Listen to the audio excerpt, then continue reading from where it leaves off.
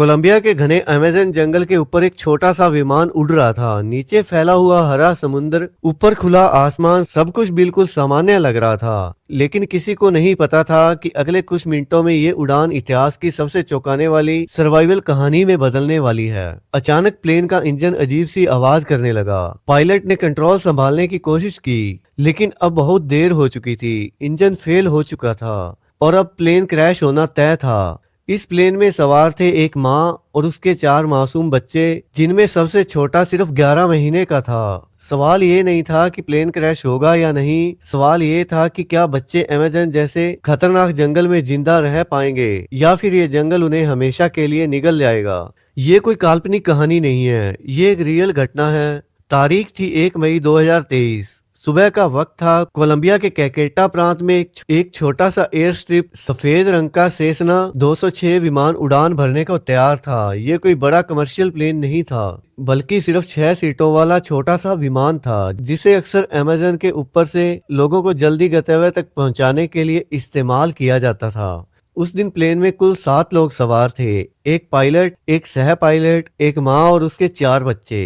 सबसे बड़ी बच्ची 13 साल की लेस्ली, उसके बाद 9 साल की सोलेनी, फिर 4 साल का टियन और सबसे छोटा 11 महीने का नन्हा क्रिस्टिन। बच्चों की मां मैग्रेलिया इस सफर को लेकर थोड़ी चिंतित थी। वह जानती थी कि अमेज़न का मौसम पल भर में बदल सकता है। सुबह करीब 7:30 बजे प्लेन ने उड़ान भरी। इंजन की आवाज धीरे धीरे आसमान में गूंजने लगी और नीचे फैले अमेज़न का अंतहीन जंगल बादलों के नीचे से दिखने लगा। बच्चों के लिए ये सफर किसी एडवेंचर से कम नहीं था। वे खिड़की के बाहर झांककर नदियों, जंगलों और हरियाली को देखकर खुश हो रहे थे। लेकिन पायलट की नजरें लगातार आसमान पर थी। कुछ ही देर में मौसम बदलने लगा। हल्के बादल अब काले और घने हो गए। रेडियो सिग्नल कमजोर पड़ने लगे। हवा तेज हो गई। बारिश की बूंदें शीशे पर जोर से टकराने लगी। बच्चों की मां ने सीट बेल्ट कसकर बांध ली और सबसे छोटे बच्चे को गोद में मजबूती से पकड़ लिया। फिर अचानक एक तेज धमाका हुआ। इंजन ने झटका दिया और प्लेन नीचे की ओर गिरने लगा। अंदर चीख पुकार मच गई। सीट बेल्ट खिंच गई। पूरा जहाज बेकाबू होकर अमेज़न के घने जंगल की ओर गिरने लगा। ऐसा लग रहा था जैसे जंगल ने अपना मुंह खोल दिया हो और वह इस छोटे से प्लेन को निगलने वाला हो। और फिर सब कुछ अंधेरा हो गया। जब प्लेन जमीन से टकराया तो चारों ओर से तेज धमाका गूंज उठा।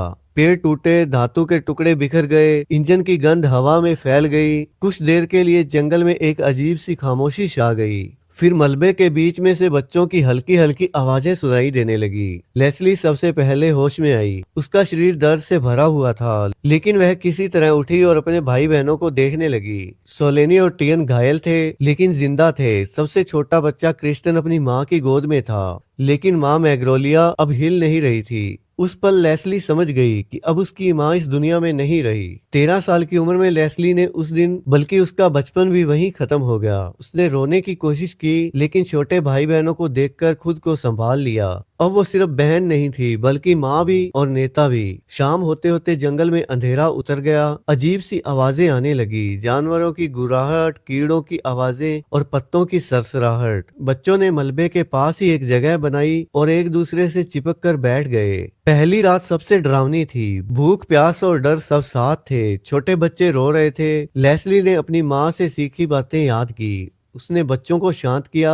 और कहा कि अगर साथ रहेंगे तो जिंदा रहेंगे। अगली सुबह सूरज की हल्की रोशनी जंगल में उतरी। बच्चों ने प्लेन के मलबे में खोजबीन की। उन्हें थोड़ा सा कसावा आटा और कुछ बोतलें मिली। वही उनका पहला सहारा बना। लेस्ली को जंगल का थोड़ा बहुत ज्ञान था, जो उसने अपनी माँ और जनजाति से सीखा था। उसने सुरक्षित फल पहचानना शुरू किया। बच्चों को समझाया कि कुछ भी अनजान चीजें नहीं खानी। पास में एक छोटी सी जलधारा मिली। पानी मिलते ही उनमें एक नई उम्मीद जागी। लेकिन जंगल हर कदम पर परीक्षा ले रहा था। जहरीले कीड़े, सांप, बारिश, भूख और डर। कई रातें ऐसी थी जब वे जानवरों की आवाज सुनकर कांप जाते थे। दिन बीतते गए। 10 दिन, 20 दिन, 30 दिन। बच्चों के शरीर कमजोर हो चुके थे, लेकिन लेस्ली की हिम्मत अब भी कायम थी। वह हर दिन अपने भाई बहनों को भरोसा देती। उधर रेस्क्यू टीमें जंगल में तलाश कर रही थी। हेलीकॉप्टर ऊपर से गुजरते, लेकिन घने पेड़ों के कारण बच्चों को देख नहीं पाते। कई बार उन्हें लगा कि अब कोई नहीं आएगा।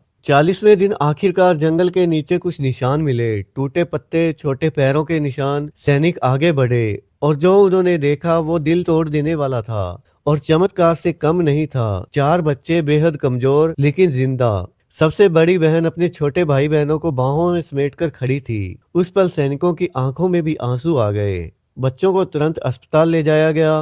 पूरी दुनिया इस खबर से हिल गई। अमेज़न के जंगल में 40 दिन तक 4 मासूम बच्चों का जिंदा रहना किसी चमत्कार से कम नहीं था। ये कहानी सिर्फ सर्वाइवल की नहीं, ये हिम्मत, उम्मीद और पारंपरिक ज्ञान की ताकत की कहानी थी। ये साबित करती है कि जब इंसान हार मानने से इनकार कर देता है तो सबसे खतरनाक जंगल भी उससे तोड़ नहीं पाते।